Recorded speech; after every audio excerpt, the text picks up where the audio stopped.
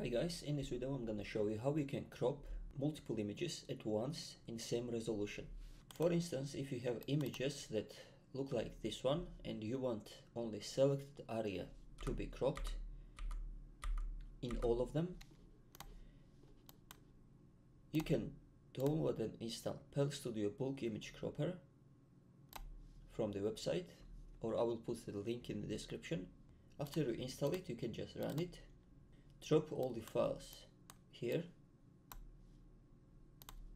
then change it to crop, input the resolution by 1080, then click the arrow keys where you want it to be cropped from. I'm going to increase the width,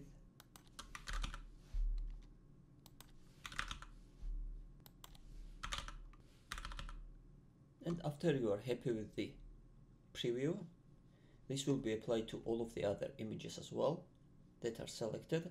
Then come down to export images and click that, or change the format first and then export images.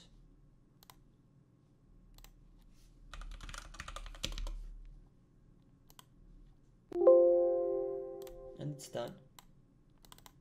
Now we can check the images.